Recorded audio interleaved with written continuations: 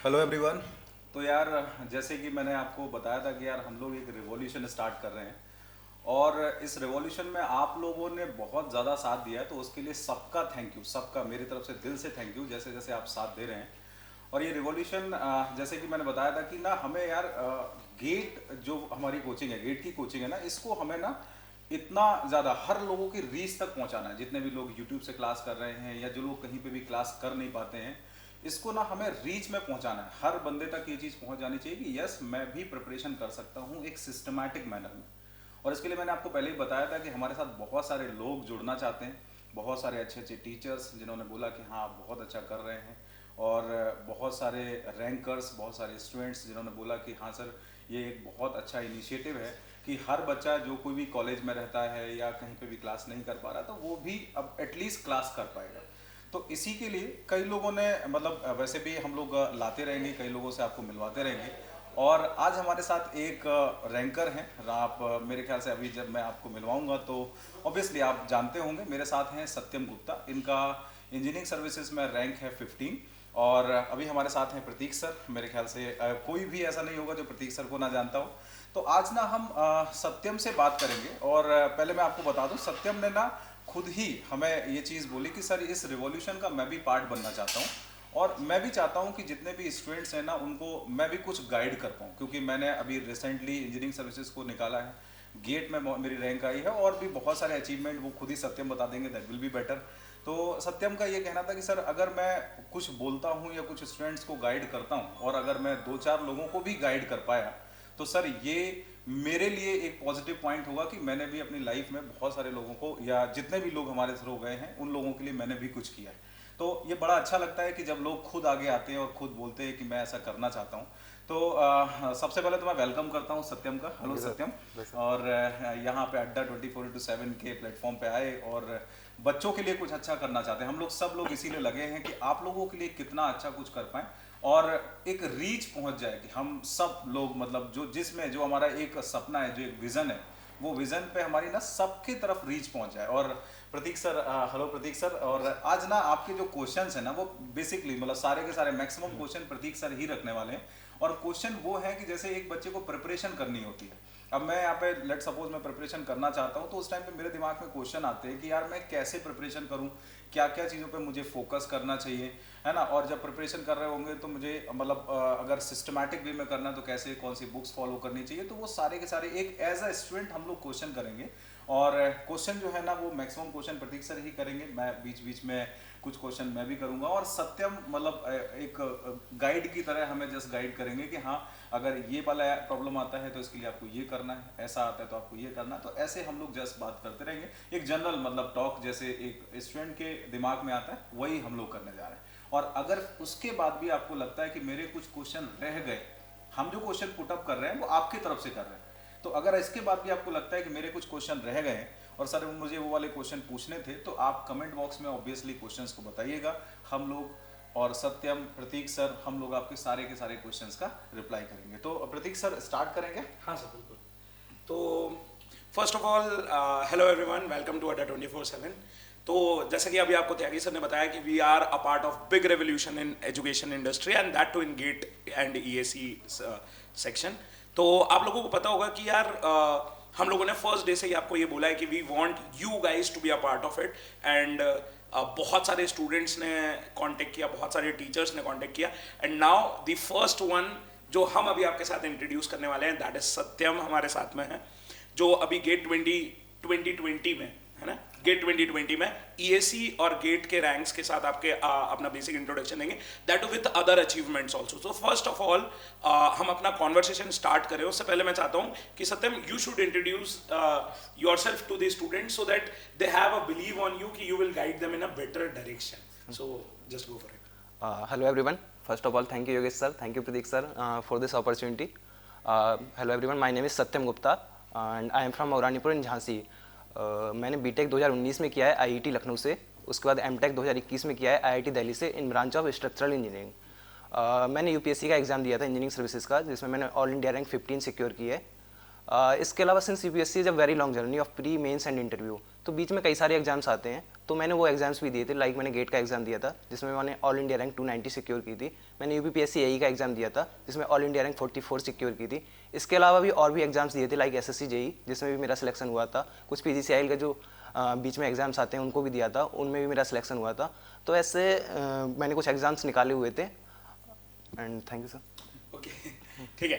तो first of all मैं सारे स्टूडेंट्स को ये बता देता हूँ कि ये जो भी डिस्कशन होने वाला है अभी सत्यम के साथ, ये बहुत जनरलाइज डिस्कशन करने वाले हैं हम लोग। तो it is not a branch specific discussion कि सत्यम अगर एक सिविल ब्रांच का स्टूडेंट है, मैं एक सिविल का टीचर हूँ, तो हम बहुत सिविल स्पेसिफिक बात नहीं करने वाले।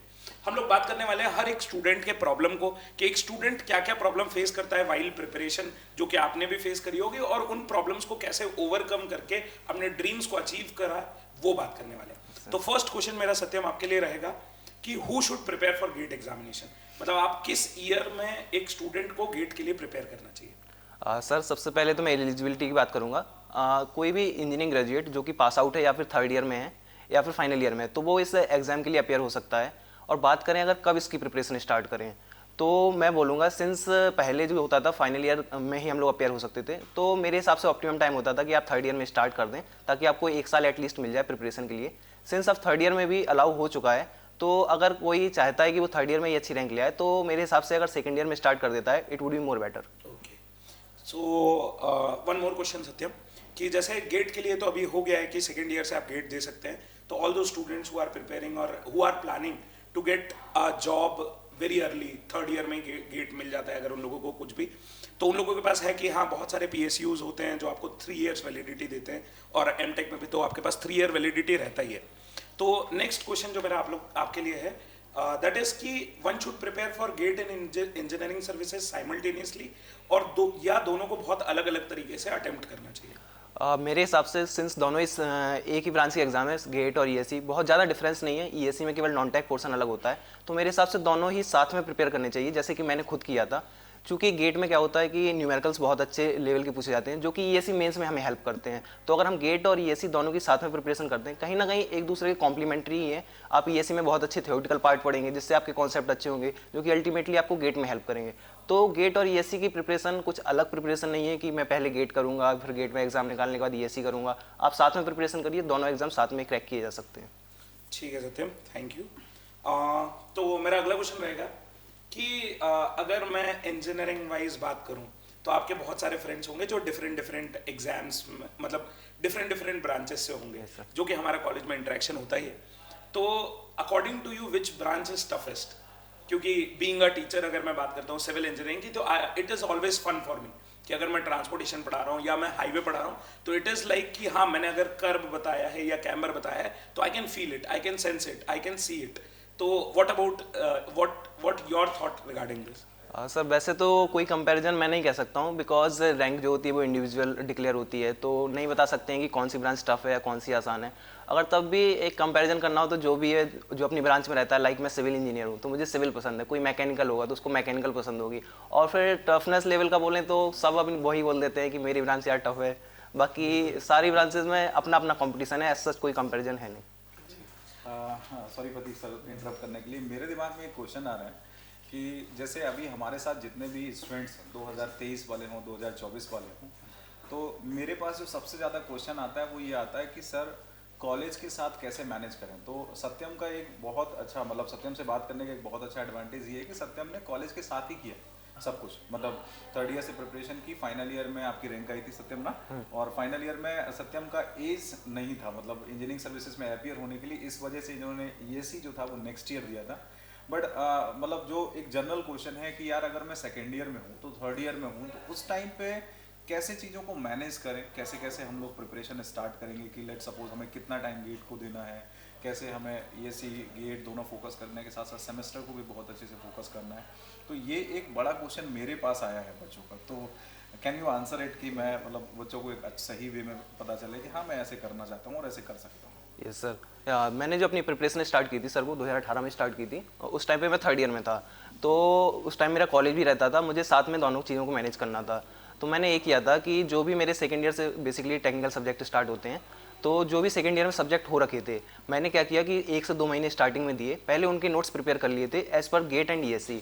उसके बाद थर्ड ईयर से मेरे जितने भी टेक्निकल सब्जेक्ट स्टार्ट होते जाते थे, जैसे कोई भी, जैसे मान लो स्ट्रक्चर आ गया, तो मुझे पता है कि वो मेरे सेमेस्टर में भी रहेगा और उसके अलावा मुझे उसके लिए गेट भी लिखना है, तो मैं उसके उसी हिसाब से प्रिपेयर करता था कि वो मेरे आगे चल के गेट और ईएससी में भी मुझे हेल्पफुल हो। ऐसे करके मैंने अपनी प्रिपरेशन कॉलेज के साथ कंटिन्यू रखी थी। उसके बाद फाइनल ईयर आते आते ऑलमोस्ट सारे सब्जेक्ट कंप्लीट हो गए थे और मेरे नोट्स भी प्रिपेयर हो गए थे। अब मेरे पास गेट के पहले बस उनको रिवाइज करना था, क्योंकि मुझे ईएससी देना नहीं था, तो सिर्फ टेक्निकल पढ़ना था, तो सारा फिर मैंने अपना रिवाइज किया, इस तरीके से मैंने अपना गेट दिया।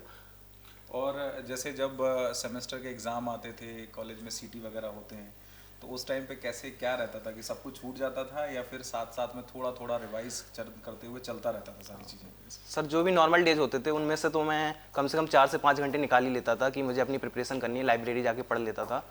कभी कभी होता था सेमेस्टर एग्जाम्स आ गए, उसके पहले कभी कभी होता था कि सेमेस्टर एग्जाम्स आ गए, मुझे उनकी प्रिपरेशन करनी है या फिर कोई भी प्रेजेंटेशन है, तो उस टाइम पे भी कंटिन्यूटी में ब्रेक नहीं करता था, भले ही मैं 1 घंटे अपना निकाल लेता था कहीं ना कहीं से। ऐसे इससे रहता है कि एक तो आपका टच होता नहीं है, ऐसा होता है कि आप किसी और सब्जेक्ट को पढ़ने लगे, हो सकता है आप उस टाइम पे कोई और सब्जेक्ट पढ़ रहे हो गेट और ईएससी के लिए, तो हो सकता है कि वो आपको फिर बाद में फिर से स्टार्ट करना पड़े। मतलब यार ये मैनेजेबल है, इजीली मैनेजेबल है कि अगर आप सेकेंड ईयर थर्ड ईयर से, लेट सपोज सत्यम ने थर्ड ईयर से प्रिपरेशन स्टार्ट किया था, बिकॉज एट दैट टाइम मतलब थर्ड ईयर में पेपर नहीं देते थे, और अभी जैसे थर्ड ईयर में अगर आप एलिजिबल हैं, आप गेट का पेपर दे सकते हैं, तो ये मैनेजेबल है। और मैनेज करने के लिए अगर एक डेडिकेटेड स्टूडेंट है तो मुझे लगता है कि वो कर सकता है। और ये कोई मतलब ऐसा नहीं कि नहीं हमने गेट का अगर प्रिपरेशन करना शुरू किया तो ये हम उसको कर नहीं पाएंगे, क्योंकि जनरली होता है ना, बहुत सारे बच्चों का ये डाउट रहता है कि सर मैं इस कॉलेज से हूँ तो मुझे गेट करना चाहिए नहीं करना चाहिए। तो ऐसा कुछ है कि कहीं से नहीं, कॉलेज बहुत ज़्यादा मैटर करता है तभी गेट करना चाहिए, या कोई भी स्टूडेंट जो डेडिकेटेड है वो कर सकता है? एज सच एक मिथ है कि कॉलेज मैटर करता है। कई लोग बोलते हैं कि आईआईटीज के वाले बच्चे अच्छे से रैंक लाते हैं, कोई स्टेट गवर्नमेंट के कॉलेज वाले होते हैं। एक मिथ ही है, जो भी अच्छे से तैयारी करता है या फिर जो भी कंसिस्टेंटली पढ़ता है, सबका सिलेक्शन होता है। ठीक है सत्यम, एक और क्वेश्चन मेरे दिमाग में आ रहा है कि जब भी हम लोग प्रिपेयर करते हैं तो कई बार स्टूडेंट्स के साथ वाइल प्रिपरेशन ऐसा होता है कि एक टफ पॉइंट आता है जहाँ पे हर एक स्टूडेंट के दिमाग में ये थॉट आता है कि I should leave preparing for competitive और I should focus more on अपना कॉलेज एग्जामिनेशन एंड समथिंग। तो इस चीज़ के रिगार्डिंग आपका क्या स्टूडेंट्स के लिए सजेशन है कि how to manage that condition? क्योंकि मैंने देखा है कि मोस्ट ऑफ दी स्टूडेंट ऐसे रहते हैं जो उस पॉइंट पे शायद ओवरकम नहीं कर पाते उस थॉट को और अपना अच्छे लेवल का प्रिपरेशन भी बीच में लूज कर देते हैं। सर मैंने जैसा कि आपको पहले बताया था कि मैंने बीटेक के साथ में इंजीनियरिंग सर्विसेज में अपेयर नहीं हो पाया था, तो मैंने एमटेक अपनी स्टार्ट कर दी थी आईआईटी दिल्ली से।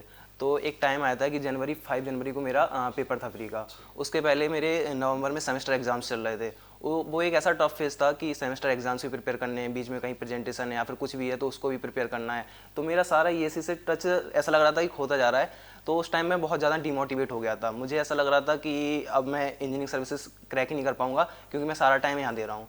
तो इस टाइम पे हमें डिमोटिवेट नहीं होना है। पहले तो हमें याद रखना है कि हम क्यों स्टार्ट किए थे और बहुत कुछ हम पढ़ चुके हैं। अगर हम इस टाइम पे छोड़ देंगे तो हमारा सब कुछ वेस्ट हो जाएगा। उसके अलावा हमें फिर अपनी सेल्फ एनालिसिस करनी है। मैंने अपनी एनालिसिस की कि मुझे कितना टाइम देना चाहिए कि मैं आसानी से इसको क्रैक कर सकूं। तो मुझे पता चला कि दिसंबर में तो मेरी पूरी छुट्टी रहेगी, नवंबर में ही मुझे कम टाइम मिलेगा। तो मैंने कम से कम आधा 1 घंटा तो अपना शॉर्ट नोट्स वगैरह रिवाइज करता रहा ताकि मेरा एक टच बना रहे। उसके बाद मैंने दिसंबर से अपनी फिर से प्रिपरेशन कंटिन्यू कर दी। तो मेरे को ऐसा लगता है कि अगर हम ओवरऑल बात करें तो मेरे को ये समझ में आया कि जो हम स्टूडेंट्स को हमेशा बताते रहते हैं कि consistency is the key. whether you are like it might be possible someday you are studying for 10 hours or 6 hours 7 hours but someday are weekdays जिसमें आप शायद 1 घंटा ही पढ़ पाएं या 2 घंटा पढ़ पाएं but you should be in touch with the studies। ठीक है, परफेक्ट है। तो आई होप आप लोगों को सारी बातें समझ में आ रही होगी और मैं यही चाहता हूँ कि मैं ना एज अ स्टूडेंट जितनी भी बातें पूछ सकता हूँ सत्यम से, और सत्यम जितनी भी आपको सजेशन दे सकता है जिससे शायद आपके प्रिपरेशन में बहुत ज़्यादा डिफरेंस आए या शायद किसी एक स्टूडेंट की लाइफ में आए, दो स्टूडेंट की लाइफ में आए। वी जस्ट वॉन्ट कि maximum number of students in चीज़ों से गेन करें और अपने अपने ड्रीम्स को अचीव करें, लाइक जैसे सत्यम ने अपने ड्रीम्स को अचीव किए। ठीक है, तो सत्यम एक और क्वेश्चन पूछते हैं कि ना ऐसा हुआ होगा while you were preparing for the GATE examination, so some of your friends are also preparing for GATE examination, but due to their financial problems they were unable to join any institute or they are not in guided preparation। तो आपका इस चीज़ के लिए क्या thought है कि अगर कोई एक बहुत टैलेंटेड स्टूडेंट है और वो गाइडेड स्टडी के लिए नहीं जा पा रहा है just because of the fees is the barrier, तो आपका इसके लिए क्या थॉट है? सर फीस का बैरियर तो सबके साथ ही रहता है, मेरे साथ भी था। जब मैं थर्ड ईयर में था तो मैं भी सोच रहा था कि कोई वीकेंड पे क्लासेस ज्वाइन करूं, लेकिन जब फीस का पता किया तो बहुत हाई फीस थी, अराउंड 60,000 70,000। तो उतना तो स्टूडेंट लाइफ में हम लोग पे नहीं कर सकते हैं। और भी मेरे दोस्त थे जिनको जो बहुत टैलेंटेड थे, वो भी चाहते थे कि वो गेट ईएससी की प्रिपरेशन करें, लेकिन just because of fees factor वो उस टाइम पे नहीं कर पा रहे थे। देखिए मेन एग्जाम आपको खुद पढ़ के निकालना होता है, लेकिन एक गाइडेड मैकेनिज्म होती है जो कोचिंग वाले हम लोगों को प्रोवाइड करा देते हैं, उस चक्कर में हमें इतना फीस देनी थी। तो फीस ज़्यादा होने के चक्कर में कई सारे ऐसे स्टूडेंट हैं जो आज तक क्रैक नहीं कर पाए जस्ट बिकॉज कि वो कोचिंग नहीं ले पाए थे। अगर कोई ऐसा एक मीडियम हो जिसमें मतलब हम बहुत ही अफोर्डेबल प्राइस में, लाइक मैंने 2 या 3 सब्जेक्ट की कोचिंग ले ली थी जिसका मुझे खुद 8 से 10,000 रुपये मुझे देने पड़े थे। अगर ऐसे ही में मुझे सारे सब्जेक्ट अगर किसी को मिल जाते हैं तो वो बहुत ज़्यादा बेटर रहता है कि एक गाइडेंस मिल जाता है। मेन हम लोगों को तैयारी खुद से करनी है, एक गाइडेंस जब हमें मिल जाएगा कि इस सब्जेक्ट में क्या इंपॉर्टेंट है क्या इंपॉर्टेंट नहीं है, फिर उसके बाद जब हम अपना पढ़ाई स्टार्ट कर देते हैं तो कोई भी एग्जाम आसानी से क्रैक कर सकते हैं। ठीक है, तो त्यागी सर मेरे को ऐसा लगता है कि जैसे कि सत्यम ने तो अपना पॉइंट रखा और the direction in which we are going, अभी जैसे हम लोगों ने बोला है कि हम लोग एक अफोर्डेबल फी स्ट्रक्चर रखेंगे एक स्टूडेंट के लिए, तो मेरे को लगता है कि ये वो करेक्ट पॉइंट है। जब अगर जैसे सत्यम जैसे और भी स्टूडेंट है जो शायद 2 या 3 सब्जेक्ट पढ़ना चाह रहे होंगे, या वो टैलेंटेड स्टूडेंट जिनके लिए एक फीस एक बैरियर रहा होगा हमेशा से, तो शायद हम उसको ओवरकम कर जाएंगे and all the talented student will be a part of it. मैं हमेशा बच्चों को यही समझाता हूँ कि यार देखो, जैसे बात आती है ना कि नो डाउट कोचिंग का रोल रहता है, हमेशा कोचिंग का रोल रहता है, कोचिंग आपको एक अच्छे वे में गाइड करते हैं, बट उससे ज़्यादा बड़ा रोल ना आपका खुद का होता है। जब भी आप कोई भी एग्ज़ाम के लिए जाते हैं ना, तो सबसे बड़ा रोल ये होता है कि मैं कितना कमिट हूँ, मुझे वाकई में ये चीज़ करनी है नहीं करनी है। क्योंकि बहुत सारे लोग होते हैं कोचिंग करने के बाद भी 3 महीने बाद 4 महीने बाद लीव कर ड्रॉप कर, नहीं यार सर मुझसे नहीं हो पाएगा, है ना। तो मैं जैसे चाहता हूँ कि आप ना सबसे पहले अपने आप को कमिट करिए। और हमारा तो हमेशा से यही जो एक सपना था, मैंने आपको बोला मेरा तो एक सपना था, और ये सपना मतलब काफ़ी हद तक हम लोगों ने मतलब इस पे काम करना शुरू किया और आप लोगों का उसमें सपोर्ट भी मिला। और जस्ट यही है कि अपने सपनों को साकार करने के लिए बस पीछे लग जाइए, और जो फीस वाली प्रॉब्लम है वो रिजॉल्व करने के लिए हम लोग लग जाते हैं, है ना। तो सत्यम जैसे आपने प्रिपेयर किया और नो डाउट सब कुछ बहुत अच्छे से, बच्चों के हमेशा डाउट रहते हैं। जैसे हमने एक यहाँ पे जो प्रोसेस है हमारा सिंपल प्रोसेस है कि हम ना एक सब्जेक्ट चला रहे हैं 3 to 4 आवर्स। पहले एक सब्जेक्ट खत्म करेंगे 1 to 1.5 मंथ में, उसके बाद नेक्स्ट सब्जेक्ट फिनिश करेंगे, उसके बाद नेक्स्ट सब्जेक्ट, ऐसे हमारा प्रोसेस है। तो एक जनरल मेरे दिमाग में थॉट आया, बच्चे क्या सोचते हैं कि सर मैं 4 सब्जेक्ट एक साथ पढ़ना शुरू कर देता हूँ, 1.5 आवर ये, 1.5 आवर ये, 1.5 आवर ये। और एक मेरा थॉट है कि ना पहले एक सब्जेक्ट फिनिश करें, फिर उसका रिवीजन के साथ साथ दूसरा सब्जेक्ट हम लोग स्टार्ट करें। तो एज अ स्टूडेंट अगर जैसे मेरे दिमाग में ऐसा आता है, तो तुम्हारा क्या है कि जैसे तुमने तैयारी की है, सब कुछ अच्छा से किया है, तो क्या दिमाग में आ रहा है कि बच्चे को क्या करना चाहिए? 4-5 सब्जेक्ट एक साथ लेके चलना चाहिए या 1 से 2 सब्जेक्ट के साथ साथ प्रिपरेशन पे चलना चाहिए? सर मेरे हिसाब से जब आप लोग फर्स्ट टाइम प्रिपरेशन कर रहे हैं कोई भी है, तो पहले आप जो भी आपका सब्जेक्ट चल रहा है उसको अच्छे से प्रिपेयर कीजिए। उसके बाद जब वो आपका सब्जेक्ट खत्म हो जाए, तो जैसा आपने बोला कि दूसरा सब्जेक्ट स्टार्ट हो, तो थोड़ा बहुत रिवीजन पहले सब्जेक्ट का करते रहो। लेकिन जब एक बार सिलेबस खत्म हो जाए, फिर आप ऐसा कर सकते हैं जब रिवाइज करने में फिर से आ जाएँ, तब आप 2 सब्जेक्ट एक साथ ले सकते हैं। कि एक सब्जेक्ट ऐसा होता है कि एक सब्जेक्ट पढ़ते पढ़ते लोग बोर हो जाते हैं, तो हो सकता है कि आप मॉर्निंग में दूसरा सब्जेक्ट चला रहे हैं, इवनिंग में दूसरा चला रहे हैं। लेकिन फर्स्ट टाइम जब आप पढ़ रहे हैं तो पहले एक सब्जेक्ट एक पूरे 1 गो में खत्म कीजिए, उसके बाद दूसरा सब्जेक्ट पढ़ना स्टार्ट करिए और पहले का थोड़ा बहुत रिवीजन पक्का करते रहिए। अच्छा, एक और चीज़ है, जैसे बच्चे का दिमाग में रहता है, जैसे स्टूडेंट तो स्टूडेंट ही होते हैं, और जब वो पढ़ते हैं ना तो उस टाइम पे उनको लगता है कि ना एक ही सब्जेक्ट ना मैं 4 टीचर से 4 बुक से पढ़ूँ। और मेरा मानना है कि अगर हम किसी भी बुक को पूरी तरह से फॉलो कर लें तो उस बुक में सब कुछ होता है। किसी भी एक बुक को अगर हम सर फॉलो करते हैं तो उसमें वो सब कुछ देते हैं। नो डाउट अगर किसी में अगर टॉपिक वाइज की बात करें तो किसी में कुछ अच्छे होते हैं, या किसी भी टीचर की बात करें, नो डाउट सारे के सारे टीचर अपनी तरफ से सब बेस्ट देते हैं। मैं अपनी तरफ से बेस्ट पढ़ाता हूँ, सर अपनी तरफ से बेस्ट पढ़ाते हैं, जो दूसरे सर हैं वो अपनी तरफ से, किसी का बताने का तरीका कुछ और होता है, किसी का बताने का तरीका कुछ और होता है। अल्टीमेटली पढ़ाते सब कुछ है। अब बात आती है कि बच्चे के दिमाग में रहता है कि यार ये वाला सब्जेक्ट ना मैंने सर से पढ़ लिया, मैं किसी और से भी पढ़ लेता हूँ, किसी और से भी। तो अगर वो बच्चा यूनि डायरेक्शन चले, पहले अपना पूरा सिलेबस फिनिश करे, फिर उसके बाद उस पर रिविजन्स जैसे बात करते जाने, या फिर ये ज़रूरी है कि नहीं वो 2-3 टीचर को चेक करे, उस पर करे, उसमें टाइम जाए, मेरा जो पर्सनल है, तो इस पर क्या है कि कैसे करे बच्चा? सर मेरे हिसाब से सोर्स आपके लिमिटेड होने चाहिए। और रिवीजन बार बार होना चाहिए। ऐसा नहीं है कि आप 10 सोर्स से पढ़ रहे हो, आपने रिवीजन बिल्कुल नहीं किया है। आप एक सोर्स अपना रखिए, उससे आप पूरा पढ़िए, उस पर आपको बिलीफ होना चाहिए, एक बिलीफ सिस्टम कि हाँ मैं सोर्स से पढ़ रहा हूँ तो गारंटेड मेरा सिलेक्शन होगा, बस मुझे बार बार उसको रिवाइज करना है। जितनी बार आप रिवाइज कर लेंगे कंसिस्टेंटली, आपका सिलेक्शन आसानी से हो जाएगा। जगह जगह भागेंगे, जगह जगह के सोर्स देखेंगे, बहुत सारा कन्फ्यूजन होगा, किसी का पढ़ाने का तरीका अलग होता है, किसी का अलग होता है, फिर आपको कन्फ्यूजन हो जाएगा, एट लास्ट आप डीमोटिवेट हो जाएंगे। तो एक सोर्स रखिए, लेकिन उसे बार बार रिवाइज करिए, उसी से पढ़िए। तो मेरे ख्याल से समझ में आ रहा होगा कि यूनि डायरेक्शन बहुत ज़रूरी होता है प्रिपरेशन के लिए। एक और, जैसे बच्चा भी अभी से अपना प्लान करेगा तो वो बोलेगा कि मैं यहाँ से सब्जेक्ट स्टार्ट करूँगा, इस प्लान के थ्रू चलूँगा, और कहीं ना कहीं से टेस्ट सीरीज बड़ा रोल प्ले करती है। तो सर पहले तो मेरा ही आपसे क्वेश्चन, टेस्ट सीरीज बच्चा कब से स्टार्ट करे? मतलब मेरा तो हमेशा रहता है कि पहले 4 5 6 सब्जेक्ट हो जाए, फिर उसके बाद इस पे बात करें। और एज अ स्टूडेंट मतलब मैं चाहूँगा कि आप सत्यम से पूछें और आप भी बताएं कि कब से स्टार्ट करें।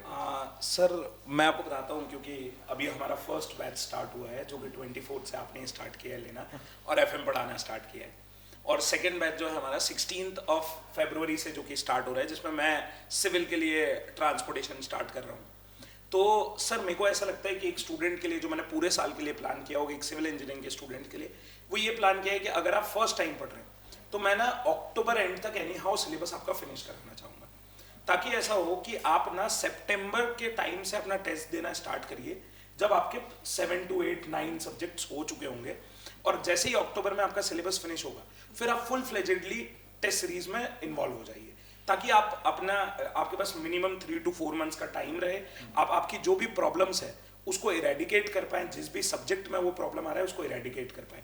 तो ये मेरा थॉट प्रोसेस है। सत्यम, आई वुड लाइक कि आप एक बार स्टूडेंट्स को बताइए कि आपका मॉक टेस्ट रिगार्डिंग या टेस्ट सीरीज रिगार्डिंग क्या ओपिनियन है और किस तरीके से एक स्टूडेंट को देना चाहिए, क्योंकि अगर मैंने कभी दिया होगा तो वो बहुत बहुत पुराना टाइम होगा। तो मैं चाहता हूँ कि अभी आपने कैसे अटेम्प्ट किया चीज़ों को और कैसे अप्रोच किया टेस्ट को, वो जानना चाहते हैं। सर की बात से मैं बहुत एग्री करता हूँ कि सर सही बोले, पहले कुछ सब्जेक्ट आपके कंप्लीट हो जाएं, उसके बाद आप टेस्ट स्टार्ट करिए। इसके साथ मुझको कुछ ऐड करना चाहूँगा। जैसे मैं करता था कि मैं जब रिवीजन स्टार्ट किया था उस टाइम अपनी टेस्ट सीरीज लिखना स्टार्ट किया था, तो किसी भी सब्जेक्ट को रिवाइज करता था तो उस टाइम पे मैं उसके टेस्ट ना देके जब अगला सब्जेक्ट स्टार्ट करता था उस टाइम उसका टेस्ट देना स्टार्ट करता था, जिससे एक रिटेनिंग फैक्टर पता चलता है कि आप किसी सब्जेक्ट को कितना रिटेन कर रहे हैं। उसके अलावा ऐसे जब आप रिवाइज करते रहेंगे तो एक टाइम आएगा आपका सारा रिवीजन हो जाएगा, फिर आप फुल लेंथ टेस्ट लिखना स्टार्ट करिए और उस टाइम आपका तीसरा रिवीजन भी चलता रहेगा।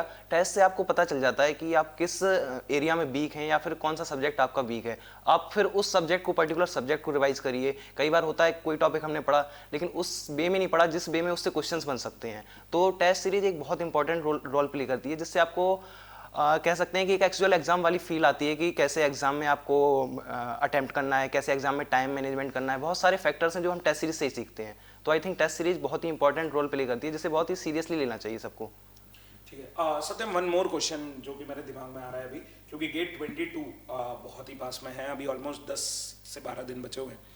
तो मैं ये पूछना चाहूँगा कि ऑल दो स्टूडेंट्स जो कि बहुत टाइम से प्रिपेयर कर रहे होंगे, माइट बी 2 years 3 years, या हो सकता है आपके भी जो कलीग्स होंगे वो अभी भी गेट के लिए प्रिपेयर कर रहे होंगे, तो एक स्टूडेंट जो उसका एक्सपेक्टेड रैंक है गेट में, वो अगर वो अचीव नहीं कर पाता है इस बार गेट 22 में, तो क्या सजेशन रहेगा उस स्टूडेंट के लिए कि उसको अपनी लाइफ में आगे कैसे प्रोसीड करना चाहिए, और वो प्रोसीडिंग्स किस डायरेक्शन में होना चाहिए और क्या थॉट प्रोसेस के साथ होना चाहिए? सबसे पहले कई बार होता है, बहुत लोगों के साथ होता है कि पहली बार में जो सोचते हैं वो अचीव नहीं कर पाते हैं। तो पहले तो हमें ये सीखना है कि failure is a part of success only. ऐसा नहीं है कि आप पहली बार ट्राई करेंगे और पहली बार में आपको सक्सेस मिल जाएगी।